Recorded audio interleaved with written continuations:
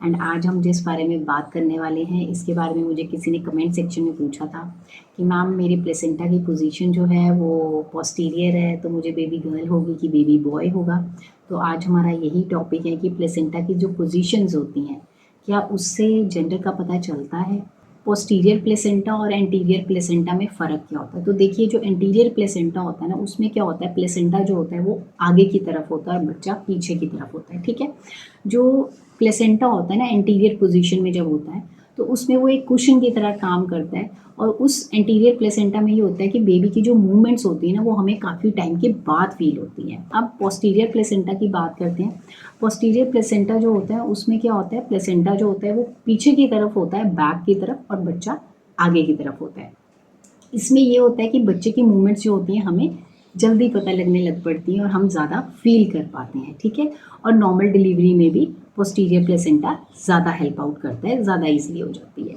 But अगर अपना experience share करूँ तो मेरा एंटीरियर प्लेसेंटा था और मेरी नॉर्मल डिलीवरी हुई थी। हाँ, मुझे इतना फ़ील नहीं हुआ था, मूवमेंट्स इतनी जल्दी मैंने फ़ील नहीं की थी अपने बेबी की मूवमेंट्स, मुझे 5th मंथ में जाके हुई थी।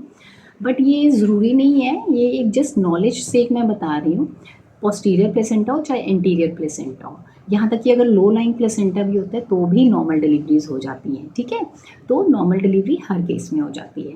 अब बात करते हैं कि आपका अगर पोस्टीरियर प्लेसेंटा है तो क्या बेबी गर्ल होती है, या फिर एंटीरियर प्लेसेंटा है तो बेबी बॉय होता है या बेबी गर्ल होती है। आप इसको वाइस वर्सा ले सकते हैं, है ना।